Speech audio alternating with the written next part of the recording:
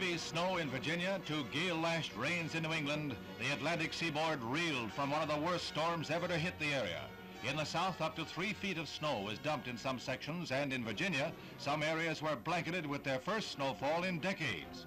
Entire towns were isolated until equipment could be brought in to clear roads. Food and fuel were in short supply, bringing hardship to thousands.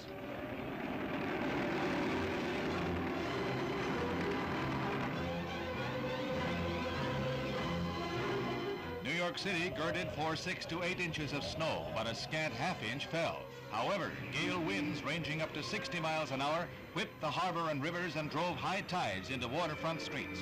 Damage in New York City alone has been put at $20 million, most of it outside of Manhattan itself.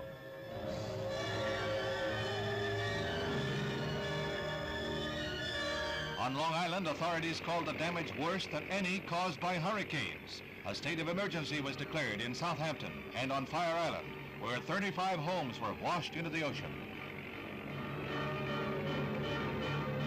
Before heading out to sea, the storm lashed hard and long at the Massachusetts coast. Here, too, gale-force winds drove waters far inland to collapse homes thought safe from the waves.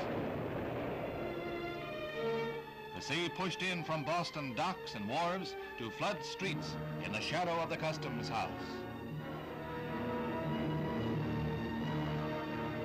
Of all the states along the Atlantic seaboard, New Jersey was the hardest hit. Asbury Park appeared as if some giant fist had pounded at it for hours on end.